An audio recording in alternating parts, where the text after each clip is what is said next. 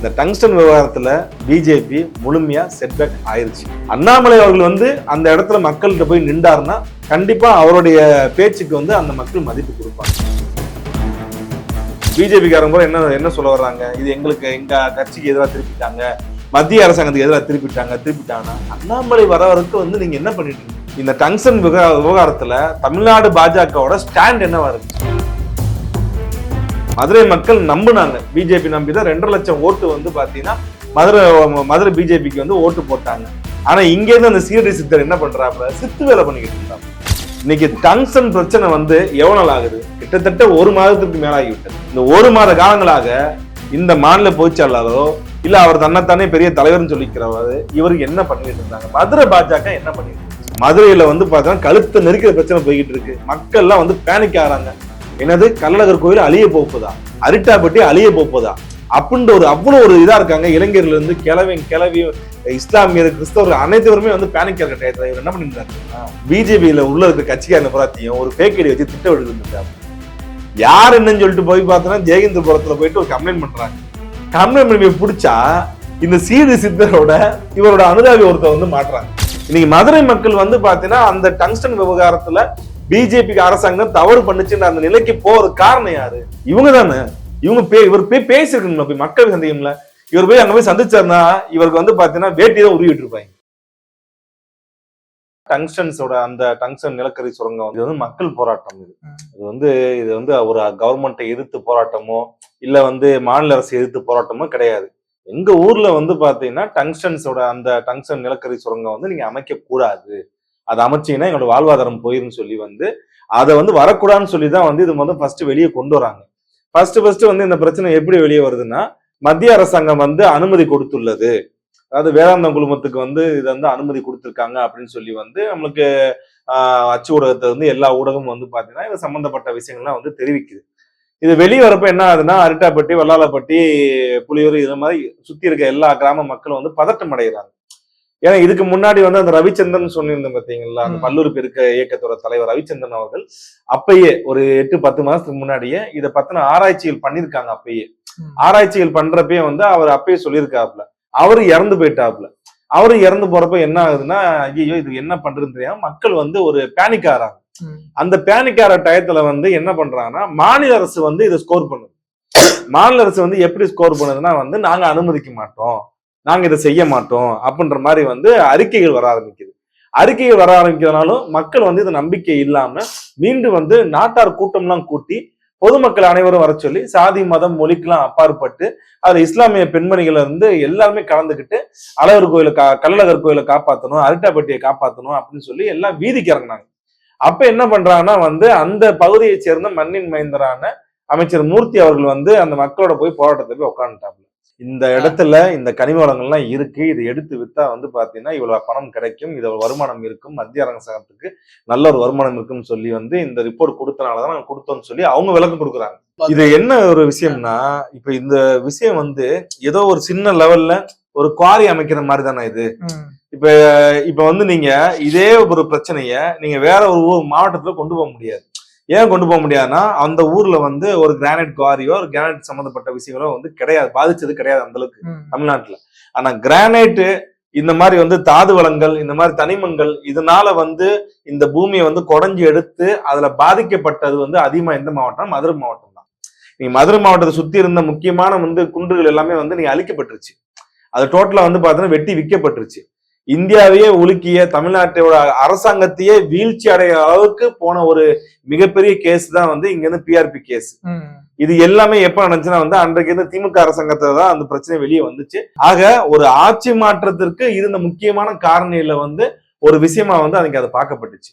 இப்ப இருந்த சூழ்நிலையில சரி ஒரு ஆழம் பார்ப்போம், இது என்ன நடக்குதுன்னு பார்ப்போம் அப்படின்னு சொல்லிதான் இந்த அறிக்கையில இருந்து இதை லீக் பண்ணி இதை ரிலீஸ் பண்ணி மக்களை போராட விட்டு எது எப்படியோ இந்த விஷயம் நீங்க பிஜேபிக்கு எதிராக திரும்பிருச்சு.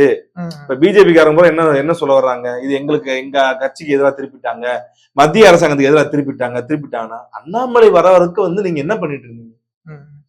நீங்க இந்த டங்ஸ்டன் விவகாரத்துல தமிழ்நாடு பாஜகவோட ஸ்டாண்ட் என்னவா இருந்துச்சு? அமைதிதான் இருந்துச்சு. மதுரையில பாத்தீங்கன்னா இருக்கிறது மிகப்பெரிய முக்கியமான தலைவர்னு சொல்லிக்கிற ஆள் எல்லாம் மதுரையில தான் இருக்காங்க. அண்ணாமலை இல்லாட்டினா என்ன, மாநில பொதுச்செயலாளர் வந்து பாத்தீங்கன்னா வந்து இந்த மதுரை மாவட்டத்தை சேர்ந்தவர் தான். மதுரை மாவட்டத்துல வந்து அதிகமான வாக்குகள் பெற்ற ஒரு தொகுதியா தான் இந்த தொகுதி இருந்துச்சு. மதுரை மக்கள் நம்பினாங்க, பிஜேபி நம்பிதான் 2.5 லட்சம் ஓட்டு வந்து பாத்தீங்கன்னா மதுரை பிஜேபிக்கு வந்து ஓட்டு போட்டாங்க. ஆனா இங்க இருந்து அந்த சீரடி சித்தர் என்ன பண்றாப்புல, சித்து வேலை பண்ணிக்கிட்டு இருந்தாங்க. ஏன் ஒரு வார்த்தையாவது வந்து இந்த மாதிரி இது பண்ணிட்டு இருக்காங்க, இது தவறான விஷயம், இது நாங்க வந்து மக்கள் பக்கத்தான் நிப்போம், மத்திய அரசாங்கமும் பிஜேபி கட்சியும் நாங்க மக்கள் எதிராக நாங்க வந்து எந்த ஒரு திட்டத்தையும் கொண்டு வர மாட்டோம்னு சொல்லி பேசலையே.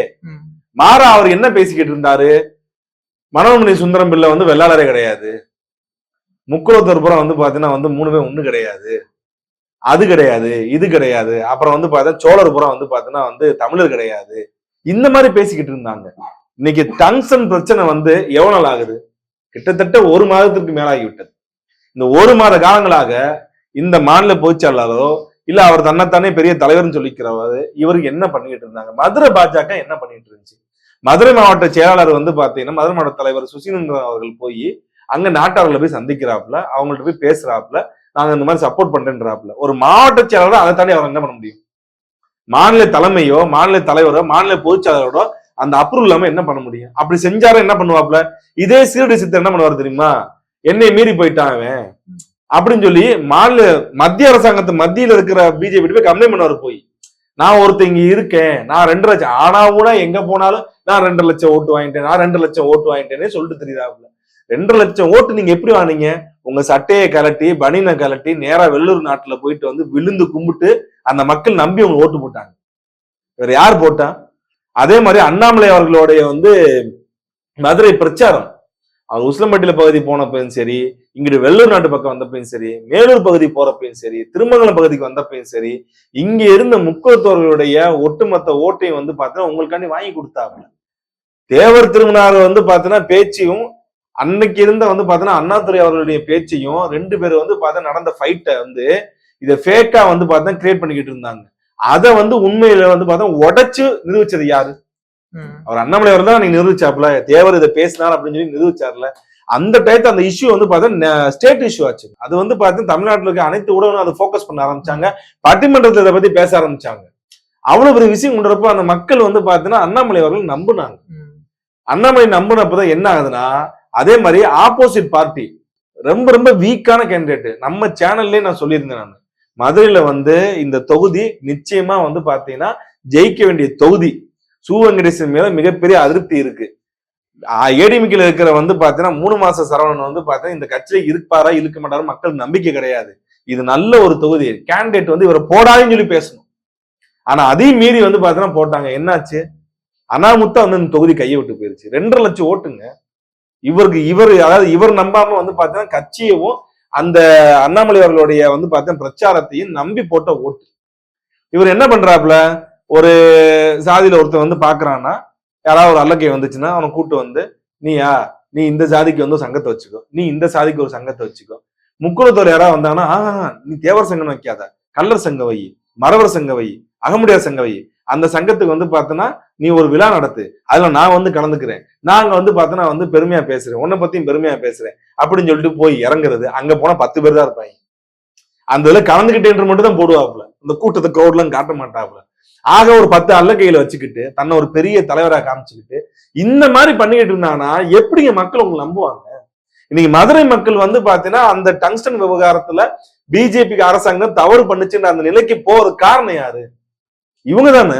இவர் போய் பேசிருக்கணும்ல, போய் மக்கள் சந்திக்கணும்ல. இவர் போய் அங்க போய் சந்திச்சாருன்னா இவருக்கு வந்து பாத்தீங்கன்னா வேட்டி தான் உருவிட்டு இருப்பாங்க. ஏன்னு சொல்லவா, மதுரையில வந்து பாத்தீங்கன்னா குறிப்பா மேலூர் பகுதியிலையும் அழகு கோவில் பகுதியில் இருக்க மக்கள்லாம் வந்து ரொம்ப வந்து வருமானத்துல வீக் ஆயிட்டாங்க. ஏன் தெரியுமா? பிஆர்பி ஒரு கிரானைட் வந்து மூடி கிடக்குது.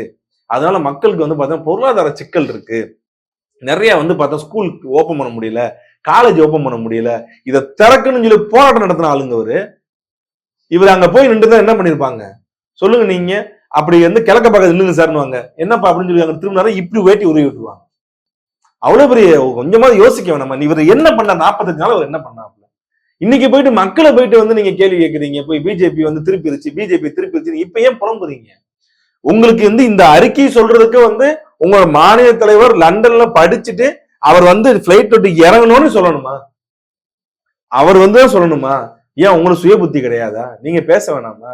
இப்படிதாங்க இது இப்படிதான் போகும். நோட்டால இருந்து ஒரு மனுஷன் வந்து பார்த்தா உழைச்சு மேல கொண்டு வந்தத திருப்பி நோட்டா கிட்டே கொண்டு போறதுக்கு தான் வந்து இங்க இருக்கு. இங்க வந்து நண்டு கதை தான். நண்டு ஏறுச்சுன்னா புடிச்சு இறக்கி வரது தான் இங்க இருக்காங்க.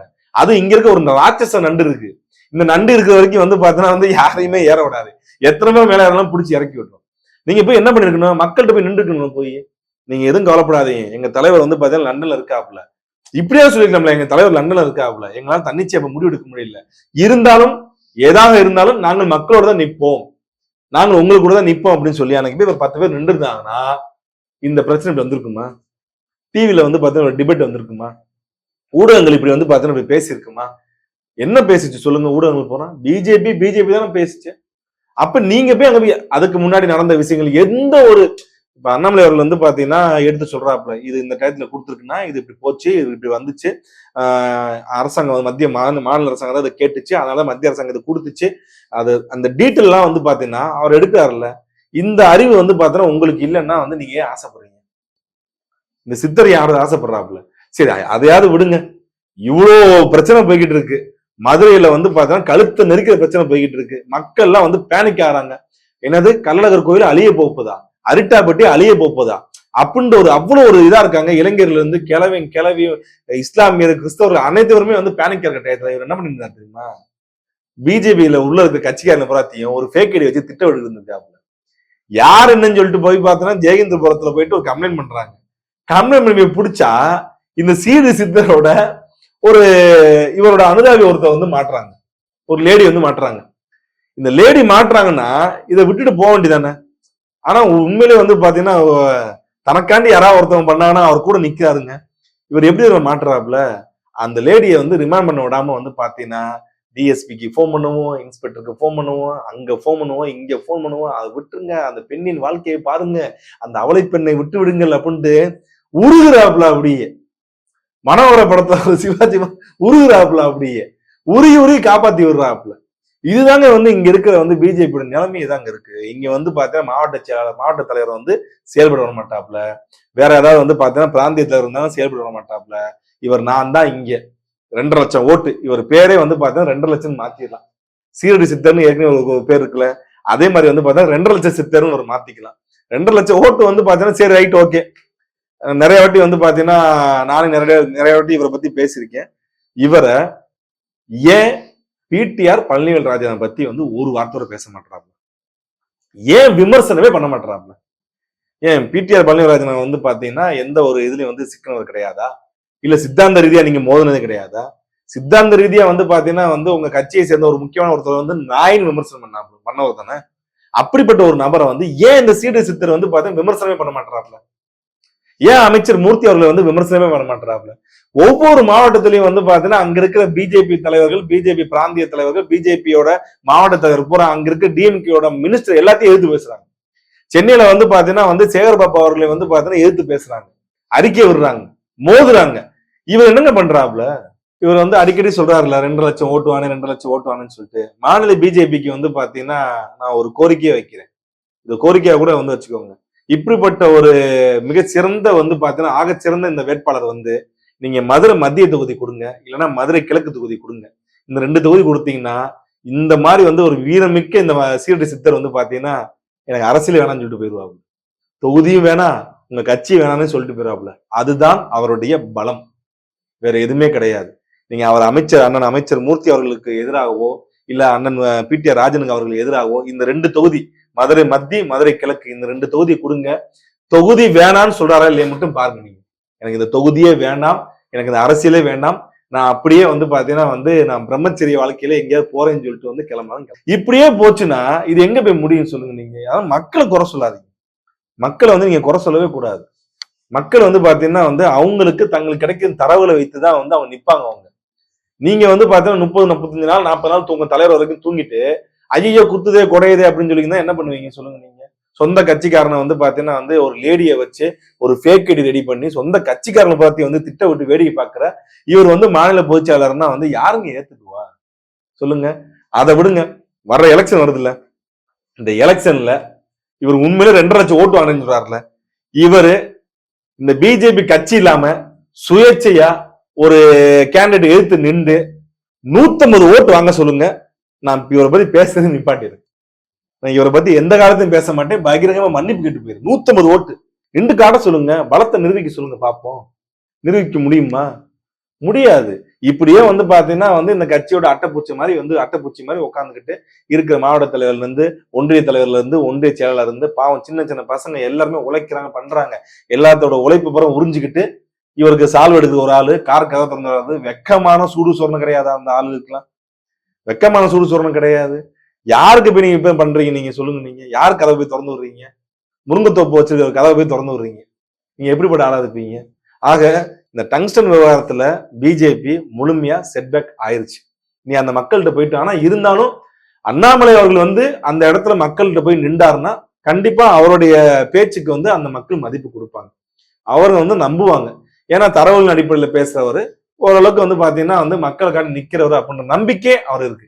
ஆனா போறப்ப இந்த சித்தரையும் கூட்டு போனாங்கன்னா ரொம்ப கஷ்டம்தான், நம்ப மாட்டாங்க. ஏன்னா ஆல்ரெடி வந்து பாத்தீங்கன்னா அந்த மாதிரி விஷயத்துக்கு போராட்டம் பண்ணவர் இவரு. அப்படி நம்ப மாட்டாங்க. இந்த டங்ஸ்டன் விவகாரம் ஒரு ஆரோக்கியமா கடைசி போய் முடிஞ்சிருச்சு. இருந்தாலும் மக்கள் இன்னும் விழிப்புணர்வு தான் இருக்காங்க. இந்த மாதிரி வந்து மக்கள் பிரச்சனை வர்றப்ப அந்த கட்சியோட மாநில பொதுச்செயலாளர், மாநில நிர்வாகிகள், மாநில தலைவர் இவங்க தான் வந்து இது முன்னெச்சரிக்கையா அதுக்கு எதிர்த்து அறிக்கை விடணும், ஃபைட் பண்ணணும், டிபேட் பண்ணணும். இவர் அதன் டிபேட்லாம் பண்ண மாட்டாப்புல. டிஎம்கேல இருந்து எந்த மினிஸ்டர் இருந்து கட்டிங் வாங்கலாம், எந்த ஒன்றிய செயலாளர் இருந்து கட்டி வாங்கலாம், எந்த வட்ட செயலாளர் இருந்து ஒரு 10-5 கிடைக்குன்னு சொல்லி போறவட்ட நீங்க எப்படி வந்து கட்சி வளரணும்னு நினைப்பீங்க? ஆக இந்த டங்ஸ்டன் விவகாரம் மக்கள் பக்கத்துல அவர் அண்ணாமலை நிக்கிறாப்புல, அதே மாதிரி வந்து அவர் நேரா அந்த மக்கள்கிட்ட நின்றாருன்னா கண்டிப்பா அவங்க வரவேற்பாங்க. இது வரைக்கும் வந்து பாத்தீங்கன்னா மக்களுக்காகவே அவர் நின்றாருன்னா கண்டிப்பா அவருக்குண்டான ஸ்கோர் வந்து மக்கள் எலெக்ஷன் வந்து கண்டிப்பா கொடுப்பாங்க. நன்றி.